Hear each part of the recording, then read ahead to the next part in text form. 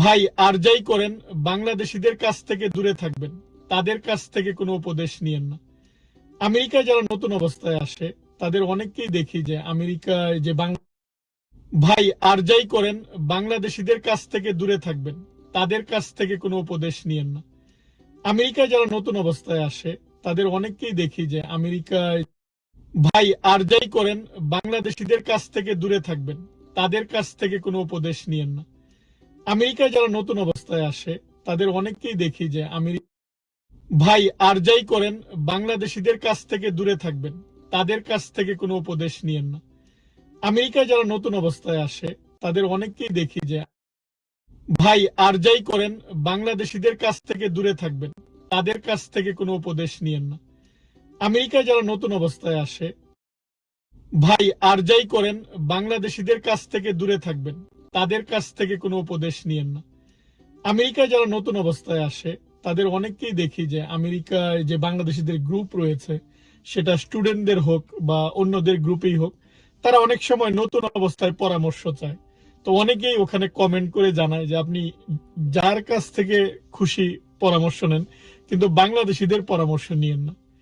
কেন এরকম কথা বলে? কেন আমরা আমাদের নিজেদের সম্পর্কে এরকম খারাপ ধারণা? এই নিয়ে কথা বলবো এই ভিডিওতে। আপনারা যারা আমেরিকার গ্রামীণ দৃশ্য দেখতে চান, আপনারা কান্ট্রি সাইডের সৌন্দর্য উপভোগ করুন, সেই সাথে আমার কথাগুলো শুনুন। আশা করি আপনাদের কাজে লাগবে এবং আপনারা এনজয়ও করবেন। আমেরিকায় নতুন অবস্থায় আসার পর এই দেশের সিস্টেমের সাথে অ্যাডজাস্ট করতে অনেকেরই সমস্যা হয়। তাই স্বাভাবিকভাবেই আমরা আমাদের পরিচিত বাংলাদেশি কারো হেল্প নেওয়ার চেষ্টা করি। কিন্তু নতুনদের এই নতুনত্বের সুযোগকে কাজে লাগিয়ে অনেকেই কিন্তু অনেক ফায়দা লুটে নেয়। যেমন আপনি আসার সাথে সাথে আপনার ক্রেডিট কার্ডের প্রয়োজন হবে। অনেকেই দেখবেন আপনাকে ক্রেডিট কার্ড করার জন্য একটা লিঙ্ক দিচ্ছে, আপনি সেই লিঙ্কে গিয়ে অ্যাপ্লাই করবেন। কিন্তু কয়েকদিন পর জানতে পারবেন যে আপনাকে এই যে রেফারেলটা দিল, সে $100 বা $150 সে পেয়েছে। সো এটা যখন আপনি জানতে পারবেন, তখন স্বাভাবিকভাবেই আপনার কাছে মনে হবে সে তার লাভের জন্য এটা করেছে। আবার অনেক সময় বারবার অনেকেই আপনাকে রিকোয়েস্ট করবে, যার রেফারেল আপনি অ্যাকসেপ্ট করবেন তার কাছে আপনি প্রিয় হবেন, কিন্তু অন্যরা দেখা যায় আপনাকে আর হেল্প করতে চাইবে না।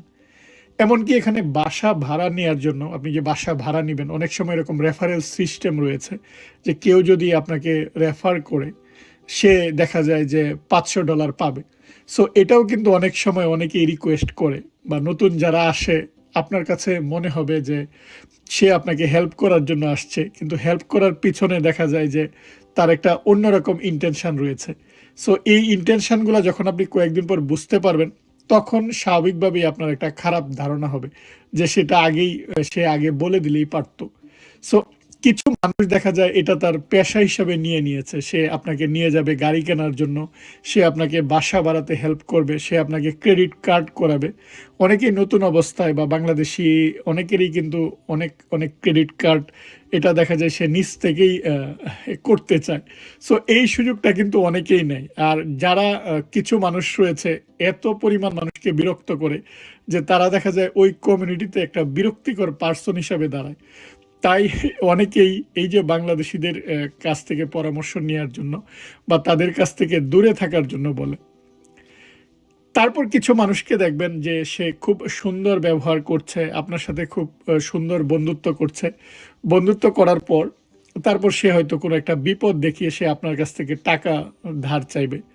আপনি হয়তো $500 ধার দিলেন বা $1000 ধার দিলেন। ধার দেওয়ার পর দেখবেন এটা দেওয়ার আর কোনো খোঁজ নেই। আপনি এই ধার যে দিয়ে দিয়েছেন সেটা আর আপনি পাবার আশা করতে পারবেন না। এবং যখন এটা আপনি অন্য কারো সাথে শেয়ার করতে যাবেন, তখন দেখবেন যে সে একই কাজ অনেকের সাথেই করেছে। এটা অনেকের নেশা।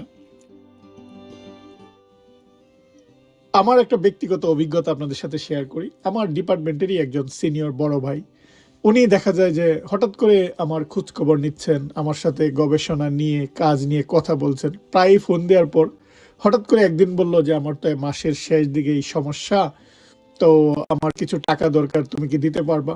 আমি ওনার কাছ থেকে একটু সময় নিলাম যে ঠিক আছে, আমি দেখি ব্যবস্থা করছি। তারপর আমি আমার একটা ফ্রেন্ডকে ফোন দিলাম যে এই বড় ভাই তো টাকা চেয়েছে, তার তো মনে হয় বিপদ। সে তখন আমাকে বলল যে সে অলরেডি অনেকের কাছ থেকে অনেক টাকা নিয়ে, এবং সে এই টাকাগুলো আর দিচ্ছে না। এমন নয় যে তার কোনো বিপদ বা কোনো সমস্যা, সে এটা তার একটা মানে শখ বা নেশায় পরিণত করে ফেলেছে। সে অনেকের কাছ থেকে এরকমভাবে টাকা ধার নেয়, প্রথম খুব সুন্দর ভালো সম্পর্ক করে, তারপর ধার নেওয়ার পর আর কোনো যোগাযোগ রাখে না। ফলে কিন্তু আমি আগেই সতর্ক হয়েছিলাম বলে আমি কিন্তু আর টাকাটা ধার দেইনি। আবার আরেকটা অভিজ্ঞতায় আপনি সম্মুখীন হবেন যে এখানে কোনো সার্ভিসেই ফ্রি না। কে হয়তো আপনাকে একটু লিফট দিল, এর বিনিময়ে সে টাকা চাইবে। কে হয়তো আপনাকে নিয়ে রেস্টুরেন্টে গেল, রেস্টুরেন্টে আপনি যাওয়ার পর স্বাভাবিকভাবেই আপনার এখানে বিলগুলা শেয়ার করতে হবে। অর্থাৎ কোনো কিছু আপনি এখানে কারো কাছ থেকে ফ্রি আশা করবেন না, কোনো সার্ভিসেই আপনি ফ্রি আশা করবেন না। এমনকি আমি যখন জাপানে ছিলাম, জাপানে আমরা যখন জাপান ছেড়ে চলে আসি তখন আমাদের জিনিসপত্র আমরা অন্য যারা ছিল তখন জুনিয়র বা যারা অলরেডি পিএইচডি করছে, মাস্টার্স করছে, তাদেরকে আমরা দিয়ে চলে আসছি। আমেরিকা আসার পর আমার যে অভিজ্ঞতা হয়েছে, এখানে কেউ যখন বাসা ছেড়ে চলে যায় বা এক স্টেট থেকে আরেক স্টেটে যায়, সে প্রত্যেকটা জিনিস কিন্তু এখানে মার্কেট প্লেসে বিক্রি করে তারপর যায়। অর্থাৎ আপনি এটা আশা করতে পারবেন না যে কেউ তার ব্যবহারের কোনো জিনিস চলে যাওয়ার সময় আপনাকে ফ্রি দিয়ে যাবে। অর্থাৎ ফ্রি বলতে কোনো জিনিস এই জায়গাটায় নেই। আমি অনেক সময় গ্রুপে দেখি যারা নিউ ইয়র্ক শহর থেকে বাফেলো যায়, তারা স্ট্যাটাস দেয় যে আমি বাফেলো যাচ্ছি, কেউ কি আমার সঙ্গে যাবেন। আমি প্রথম প্রথম মনে করতাম হয়তো একটা লম্বা জার্নি, একা যেতে খারাপ লাগবে, তাই হয়তো সাথে করে নিয়ে যায়। পরে একজন আমাকে বলল না, এটা ফ্রি না, তারা টাকার বিনিময়ে নিয়ে যায়। আর সবচেয়ে খারাপ যেটা, সেটা হচ্ছে অনেকেই অনেকের অভিজ্ঞতা শেয়ার করেছে, সেটা হচ্ছে তারা এরকমভাবে অ্যাপয়েন্টমেন্ট করে যে তারা একসাথে যাবে, সে পেমেন্ট করার পর আর তারা নিয়ে যায় না বা তারা যোগাযোগ করে না। ফলে এইরকম আপনার কোনো একটা হেল্পের কথা বলে দেখা যায় যে আপনার কাছ থেকে টাকা নিয়ে আবার হেল্প না করেও কিন্তু চলে যেতে পারে। এরকম অভিজ্ঞতারও আপনি সম্মুখীন হতে পারেন যদি আপনার এই জিনিসগুলো জানা না থাকে। আর আমরা যখন প্রথম অবস্থায় আসি আমাদের এই জিনিসগুলো কিন্তু জানা থাকে না। আমরা যখন একটা দেশি ভাই বা দেশি কারো দেখা পাই, একদম আমরা আপন মনে করি বা একদম নিজেদের মনে করি, কিন্তু দেশি মানুষও যে ধোঁকা দিতে পারে সেটা তখন মাথায় থাকে না। আর যখন একজন কারো কাছ থেকে প্রতারিত হয়, তখন গণহারে সে সবাইকেই খারাপ মনে করে, মনে করে এখানে যারা আছে সবাই খারাপ। তখন তারা নতুন অন্য কারো আসলে তখন উপদেশ দেওয়ার সময় কমন একটা উপদেশ দিয়ে দেয় যে বাংলাদেশি থেকে দূরে থাকো ভাই, সে তোমাকে যে কোনো মুহূর্তে বিপদে ফেলতে পারে। বাংলাদেশ থেকে প্রচুর ছাত্রছাত্রী আসছে, দেখলাম যে গত 8-10 বছরের সংখ্যাটা অনেক বেশি।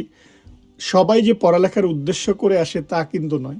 অনেকেই দেখা যায় যে এখানে আসে জাস্ট আমেরিকা আসার জন্য, স্টুডেন্ট ভিসায় আসার পর আর পড়ালেখা করে না। যখন তার স্টুডেন্টশিপ থাকে না, যখন দেখা যায় যে তার ভিসা স্ট্যাটাসটা বৈধ থাকছে না বা অবৈধ হয়ে যাচ্ছে, তখন থাকার উপায়ের জন্য তারা বাংলাদেশি লয়ার বা ইমিগ্রেশন যারা এই বিষয়ে কাজ করে তাদের কাছে যায়। তারা দেখা যায় ওদেরকে একটা সহজ উপায়, যেটা অ্যাসাইলাম নেয়া, সেই জায়গাগুলোতে পাঠিয়ে দেয়। কিন্তু এছাড়াও কিন্তু অনেক বৈধ অনেক পথ রয়েছে। আপনি যখনই একবার অ্যাসাইলামে চলে গেলেন, এটা কিন্তু একটা লম্বা প্রসেস, 10 বছরও লাগতে পারে, এর বেশিও লাগতে পারে। কিন্তু এর বাইরেও কিন্তু অন্যান্য উপায় আছে। আমরা তাদেরকে বলতে পারি যে তুমি একটু ইউনিভার্সিটি চেঞ্জ করো, বা তুমি একটা সহজ যেই বিষয়টা পড়তে ভালো লাগে সেই বিষয়টা পড়ো, স্টুডেন্টশিপটা রাখো। কারণ এখানে তুমি যদি ভালোভাবে শেষ করতে পারো, ভালো চাকরি করতে পারবা। পজিটিভ অনেক দিকগুলা না দেখিয়ে বা আমরা কঠিন পথগুলা বা একটু কঠিন পথগুলা না দেখিয়ে সহজ পথে তাদেরকে পাঠিয়ে দিই। কিন্তু প্রথম দিকে তারা মনে করে যে এটা তো সহজ পথ, লয়ারের ফি যেটা দেয়ার সেটা তো দিয়েই দেয়। কিন্তু পরবর্তীতে তারা রিয়েলাইজ করে যে সে এখন কঠিন একটা সমস্যায় সম্মুখীন হচ্ছে। এই দীর্ঘ সময় বা দীর্ঘ বছর সে আমেরিকা থেকে বের হতে পারবে না, বা বাংলাদেশেও সে যেতে পারবে না। এমন অনেকের সাথেই আমার কথা হয়েছে যারা দেখা যায় এই ভুলটা করেছে, যে তারা স্টুডেন্টশিপটা রাখতে পারে নাই, পড়ালেখা না করে তারা অ্যাসাইলাম ক্লেম করে বসে। এবং এই উপদেশগুলা বা এই বুদ্ধিগুলা কিন্তু বাংলাদেশি যারা তারাই কিন্তু দেয়। এবং এই মানুষগুলা দেখা যায় যে যখন খুব সুন্দরভাবে ওদেরকে বোঝায়, মনে হয় যে খুব সহজেই হয়ে যাবে। আমাদের দেশের জমির মামলার মতো, আপনি যখন আইনজীবীর কাছে যাবেন মনে হবে যে 1 বছরের ভিতরেই জমির মালিক আপনি হয়ে যাচ্ছেন, কিন্তু বেশিরভাগ জমির মামলায় যেমন বছরের পর বছর চলে, ঠিক এরকমই ব্যাপারটা। আপনি যখন এখানে ইমিগ্রেশন ভালো ওয়েতে না গিয়ে আপনি যখন অ্যাসাইলাম বা সহজ ওয়েতে যাবেন, সেটা কিন্তু বছরের পর বছর ঝুলে থাকবে, আর আপনিও বা আপনার ভবিষ্যতও কিন্তু এরকমভাবে ঝুলে থাকবে।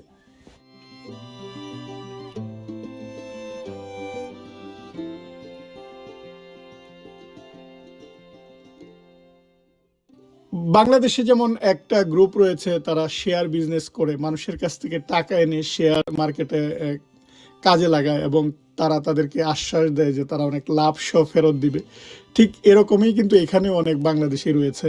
এখানে আপনারা জানেন যে ক্রিপ্টো কারেন্সি, বিটকয়েন বা এই যে ডজ কয়েন, এই জিনিসগুলো কিন্তু ইদানিং অনেক পপুলার, এবং অনেকেই দেখা যায় যে একদিনের মধ্যে অনেক লাভ চলে আসছে বা এক সপ্তাহে অনেক লাভ চলে আসছে। এই ফাঁদেও কিন্তু অনেকেই পা দেয়। দেখা যায় তাদের উপার্জিত অর্থ কারো না কারো বুদ্ধিতে লাভের আশায় এই জায়গাগুলোতে দেয়। আর আপনি যে জিনিসটা দেখতে পাচ্ছেন না, এই জিনিসটা কিন্তু হঠাৎ করে বেনিশ হয়ে যেতে পারে, কারণ এটা কেউ না কেউ নিয়ন্ত্রণ করছে। এবং যারা নিয়ন্ত্রক, আপনারা দেখেছেন যে একটা ক্রিপ্টো যেই সে এন্টারপ্রেনিয়র, সে যেটা করলো যে নিউ ইয়র্কে একটা কলা সে কোটি টাকা দিয়ে কিনে খেয়ে ফেললো। অর্থাৎ তাদের কাছে এটা এক ধরনের খেলা। সো আমরা অনেকেই দেখা যায় যে এই খেলায় বা এই ফাঁদে পা দিই। বাংলাদেশি অনেকেই এই ফাঁদে পা দেয়। তারপর দেখা যায় সে অনেকেই কিন্তু দেশে যেমন শেয়ার ব্যবসায়ীরা অনেকেই নিঃস্ব হয়, এই জায়গাটাও কিন্তু অনেকেই নিঃস্ব হয়। দেখা যায় তার উপার্জিত অর্থ অনেক বেশি লাভের আশায় বা তাড়াতাড়ি বড়লোক হওয়ার আশায় তারা দেখা যায় নষ্ট করে ফেলে। সো এটাও কিন্তু সতর্ক থাকার বিষয়। বা আপনারা যারা নতুন অবস্থায় আসবেন, আসার সাথে সাথেই বড়লোক হওয়ার চেষ্টা বা বৈধ পথ বাদ দিয়ে অবৈধ পথে কিভাবে বড়লোক হওয়া যায় সেই দিকে পা বাড়াবেন না। আল্লাহ তাআলা আপনাকে একটা দেশে নিয়ে আসছে, সেই দেশের অনেক সুন্দর সিস্টেম রয়েছে, সিস্টেমের মধ্যে আপনি ভালো থাকার চেষ্টা করুন। এত টাকা, ভালো থাকার জন্য টাকা প্রয়োজন, কিন্তু খুব বেশি টাকার কিন্তু প্রয়োজন নেই। অনেকেই আবার নতুন অবস্থায় কাজ খুঁজে, এই সুযোগটা অনেকেই কাজে লাগায়। তারা দেখা যায় খুব কম টাকায় তাদেরকে খাটায়।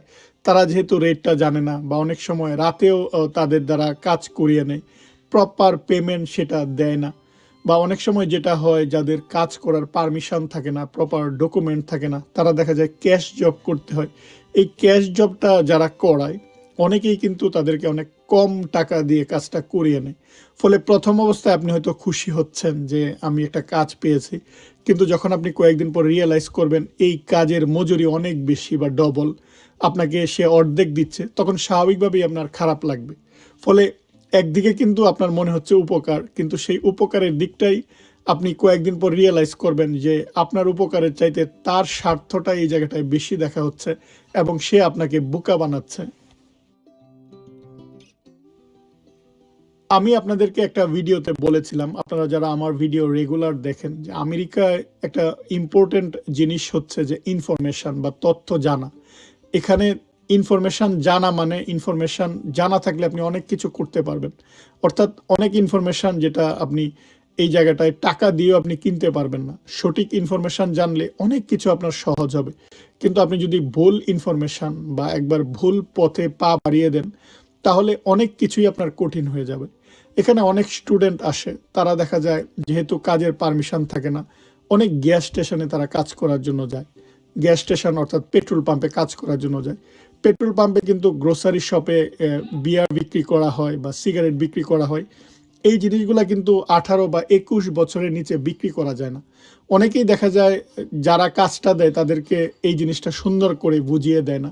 ফলে আপনি যদি হঠাৎ করে 21 বছরের নিচে কারো কাছে বিক্রি করে ফেলেন, পুলিশ যদি সেটা ধরে তাহলে কিন্তু আপনার নামে মামলা হবে।